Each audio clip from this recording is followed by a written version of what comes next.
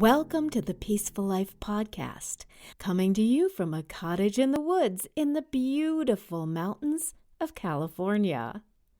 Today's guest is Belinda Farrell.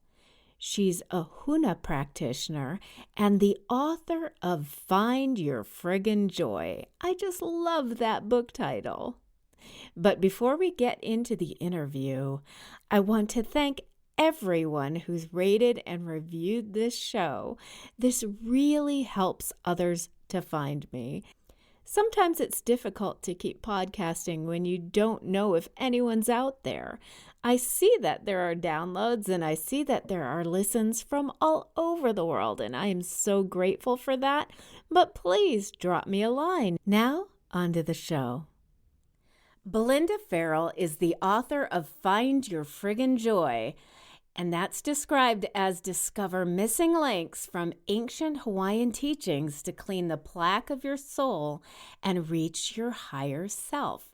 Welcome, Belinda, to the Peaceful Life Podcast. Oh, I'm honored. Thank you for having me. So you have such an extensive bio. I just love it. You were an elementary school teacher, TV news reporter, actress, professional stunt car driver, which is amazing. And now you're a certified hypnotherapist, NLP and Huna practitioner, and reconnective healing practitioner. And I probably left out some things. Oh, hundreds. You've had a very full life. And more to come, I'm hoping. That's awesome. And what I also found fascinating is you were recruited by the CIA but dropped out of the program. Yeah. Is that right? Yeah, I just didn't have what it took to kill people. Yeah, it just was a little bit far beyond my scope. Yeah, I mean, I just finished my Jack Ryan binge, and so I'm sure it's like sensationalized, but I think we have no clue what goes on, right? Yeah, I've been fascinated with a lot of the CIA stuff because it was a good part of my life, and it brought me to Washington, D.C. I wouldn't have gone there had the CIA not, spent all this money for my security clearance. And that's where I met my then husband and started working for Chuck Percy. And when it didn't work out with the CIA, so there's a lot. The CIA, was pivotal in my evolution, let's say. Yeah, it's amazing how just little things like that can just bring you onto a new path, right? Right. Now, I usually ask this question at the end of an interview, but I felt compelled to start this particular conversation with it. How do you define a peaceful life? Well, it's an inside job. It's totally an inside job. And if it weren't for the Huna and the way that I do the forgiveness process, I would not feel at peace. I have the chants, the ancient Hawaiian chants, and they are like cosmic erasers.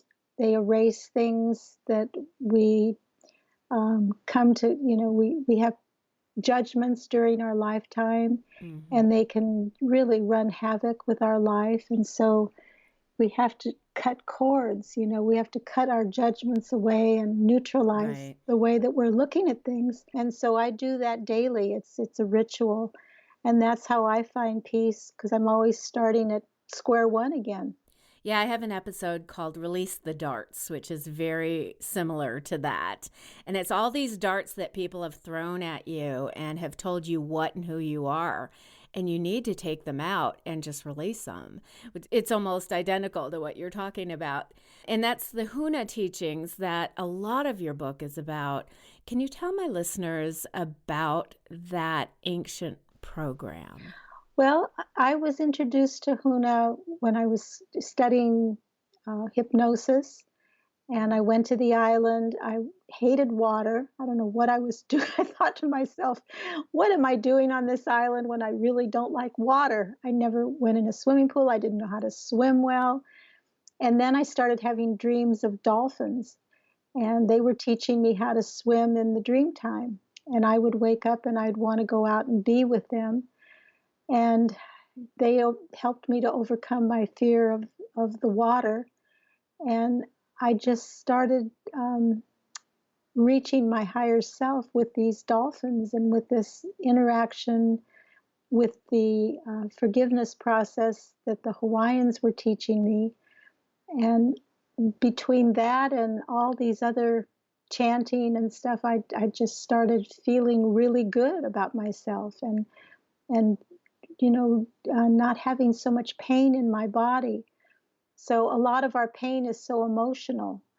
And the Huna teachings helped me to heal myself, as you read in the book. I did the forgiveness process. I started to see myself climbing trees.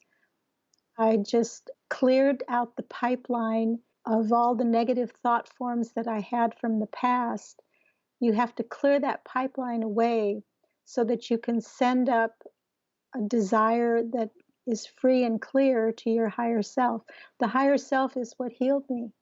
And I believe that's, it's, you have a super conscious and your conscious mind and then your unconscious mind.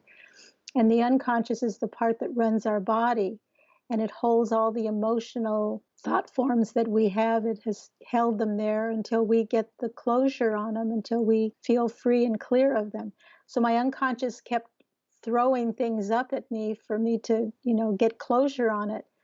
And one of the things that it released was this tiny baby who had felt like she was being thrown out into an abyss, like a piece of garbage. And that was on page 109. I know that. And what I'd never had any idea that a thought was there like that.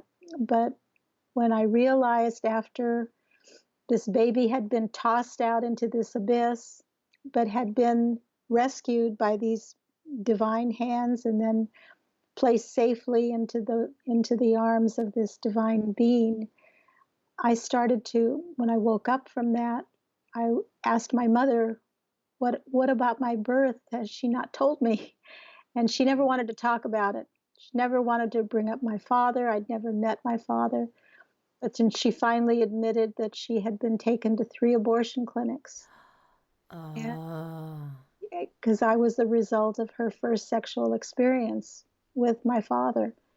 And they wow. did get married, but it was the forced, Catholic thing. Mm-hmm. And yeah, so that baby just felt like a piece of garbage that nobody wanted. But when I had the hands come and lift me up and I realized that I was more divinely loved than humanly loved, then it was okay, that there was something greater than myself or greater than the people out there, that I was loved, that I was viable, that I fought to be here. They couldn't kill me. Yeah. And you said that the definition of Huna was leading a hurtless life. Right. And you told a story about how you healed your own spine damage with Huna. That was fascinating. Well, again, that's, letting all of the thought forms that you've had buried in your body, letting them go, letting them rise up and be expelled from the body. And that's what I was doing, especially with that huge one of a child being taken to an abortion clinic that was registered inside that I wasn't worthy to be loved.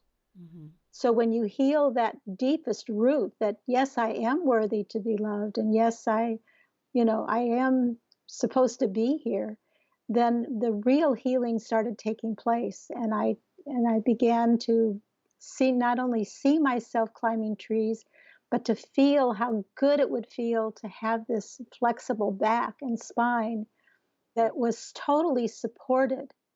And you have to have a flexible back in order to climb trees. So I just kept seeing myself climbing trees again. And that thought form got sent up to the higher self, and that got brought down into my physical body, and I healed within days after that. Wow. That's an amazing story. Yeah, even the scoliosis, when you're born, I had to wear a belt for a couple of years. That had disappeared.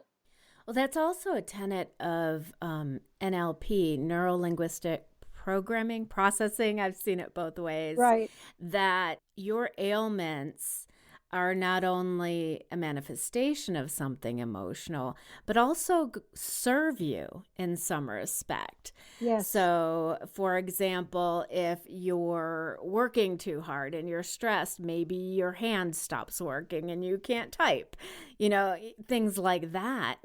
I had done some research into it. I think that's fascinating. So every pain in your body is trying to also tell you something, right? Absolutely. And the little unconscious mind is like about a 2-year-old. So when it's giving you these symptoms, it's like having a temper tantrum. Listen to me, talk to me, don't bludgeon me, just be gentle with me, touch me kindly, and then I'll respond to you and I'll give you answers. And so you start having a real rapport, a real conversation with the unconscious, which is running your body. So part of the back thing was that I wasn't able to stand up for myself. I was always listening to other people, even though I raced cars and I did all these, really kind of off the edge kind of things. Right. Inside and emotionally, I still had a lot to prove to myself. I still had to stand up for myself and learn how to take care of myself. Exactly. And I have a story about reaching your unconscious mind too. And it was through an NLP practitioner. Right after my daughter was born, I suddenly started having this intense fear of flying. I Oh my. could not step on an airplane. I had gone to Europe before twice, so I didn't understand it. And so I did some research into NLP and I started working with a hypnotherapist. And it turned out, when I kept kind of drudging up everything that was going on in my life, that it was connected to three things. One, becoming a new mother, because I was suddenly responsible for another human being. Right. Two, at work, I was working on databases of airline crashes. Oh my gosh. Oh, And that didn't even register. It didn't register on a conscious level that this was affecting me. And three, there was the 94 earthquake, which made me feel extremely unsafe. yeah. So those three things together just kind of rewired my brain and told me that, I can't get on this airplane, even though consciously I had no idea what was going on and I thought I was going crazy. And just working with the practitioner and doing the hypnotherapy basically healed all that. And since then, I've been back to Europe and have had no problem. So it's a great way of you have to find these pathways into your unconscious, like you said, and see what's going on and then fix it. That's right. So we always are going to have challenges, and they're just ways of our body communicating with us, in various ways.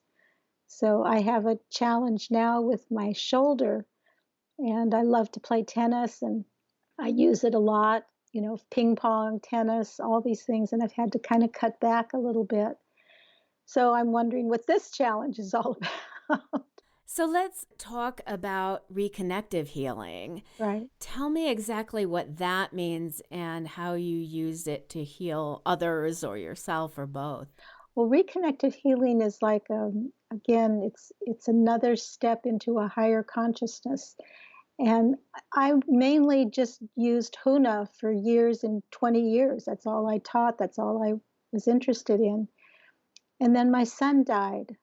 And that was just a punch, that I thought I just couldn't recover. And I could barely just cut my own cords and just kind of get by. And it was just a horrible time. It was about 9 years ago. And at the same time, I had lost all my savings in a Ponzi scheme. So I was having to sell things. I was having to move in with my daughter, take care of my grandson. It was, you find out who you really are when tragedy or something hits you. You just have to keep going because it doesn't define you, but you have to work your way through it and create a story that makes it palatable for you to live your life. So a friend of mine dragged me to see this movie called The Living Matrix. And it featured Dr. Eric Pearl and it featured Dr. Bruce Lipton. And I watched Dr. Pearl not touch this little boy who had cerebral palsy. He He was from Greece. People had given up on him. He was just confined to this wheelchair. He did 3 short sessions with him of this reconnective healing where he just expands the frequencies that are around the child. And that little boy got out of his wheelchair and he was out in the playground playing. Wow. And holding a cup for the first time. And I was riveted. And I went home and I looked up a practitioner in my area of Santa Cruz. I went and got a session. She didn't know a thing about me. The best is not to know anything about you, no history, nothing. So you don't have an agenda with that person. Right. But they're going to get the deepest healing that they possibly can, what they need, not what they want, but something that they need. So anyway, she did a half an hour session with me and I got up and I felt light for the first time. There was joy that had returned to me. The grief was gone. I mean, the horrific grief. The really deep down, debilitating grief. Yes, the debilitating one. And I just was so grateful. I just felt light again. I had another couple sessions. I had my reconnection done.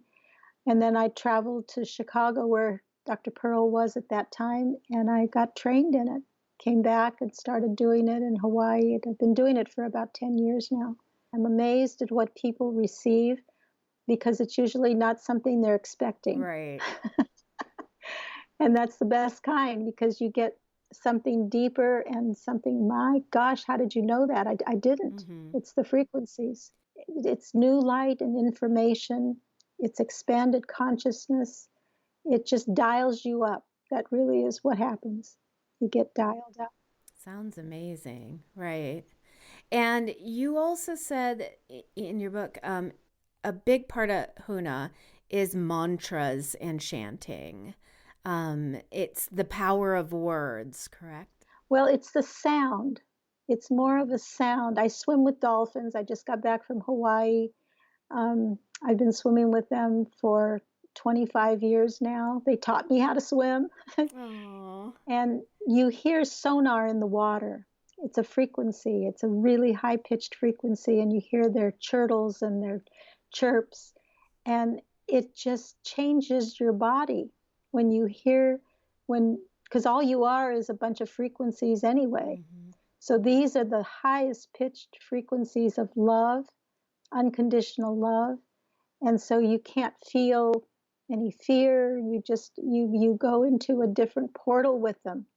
And with reconnective healing, I believe that's what dials you up to a higher frequency like the dolphins. And in Huna, when you chant, you go to those frequencies because the chants have just this amazing, I keep saying frequency because it is frequency, but it's not quite energy. It's a power to transform. I was in a very dangerous situation with my clients when we went to swim with the dolphins one day, and we were on land, and this man came, and he was kind of like the dolphin police, and he didn't want people to go out in the water and swim with them, so he was threatening, and he was very, very tall, and I'm not very tall at all. And he just came up to me, and I just started yelling and screaming at me, and all I did was start a chant, and I just looked up and I just started chanting, and he just went quiet. And he turned around and walked away, and we never saw or heard from him again. Wow. That's all. It's like an ammunition. Right. Whenever I get concerned or scared, I'll go into one of the chants, and they're written out in the book. Oh, that's awesome. And how can my listeners find your book? Well, it's on Amazon. Find Your Friggin' Joy, and it's also on my website, Huna Healing, Huna healing.com. That's great. And so what does life have in store for you next? Oh, if I knew, I would be. Well, my partner and I just moved into a really wonderful new home in Santa Cruz. And so we finished decorating, and this has been a big thing for me because I've never done that in a house before. I've never done a house from start to finish. It's so fun. I'm working on that myself right now. So challenging, but it's been real easy. It has been really easy, and We just have fun. Every day has to be something that you do that's fun or that's good for someone else, to help somebody. Totally agree. I teach 4 levels of Huna, and I teach them in Hawaii, and I also teach them here. There are symbols that I use daily that help me with just everyday things, and even moving out ghosts or moving out negative thought forms from rooms and houses and furniture and clothes. And it's just a great tool to have under your belt. And if I don't use it, I lose it. So I have to practice it daily. And are you still practicing the reconnective healing? Yes, yes. That's But good to that's know because you're a couple hours away from me and we're going to oh, have to talk after the show. oh yes, definitely. That's Yeah. great. Well, thank you so much for joining me and my listeners on the Peaceful Life podcast. I think this gives them a lot of information. I definitely recommend the book, Find Your Friggin' Joy. And I even love the title because even that is joyous in its own way. It's happy. Well, I'm just grateful that I have a chance to be a messenger with this, and I'm thanking you for having the opportunity to open things up so that people have a way to express themselves to other people and help them. So check out Belinda's book on Amazon, Find Your Friggin' Joy. You've been listening to the Peaceful Life podcast. I hope that you found your friggin' joy this week and are peaceful in the weeks to come. You are a spectacular human being. Don't ever forget that. And don't lose your joy. Have a great week.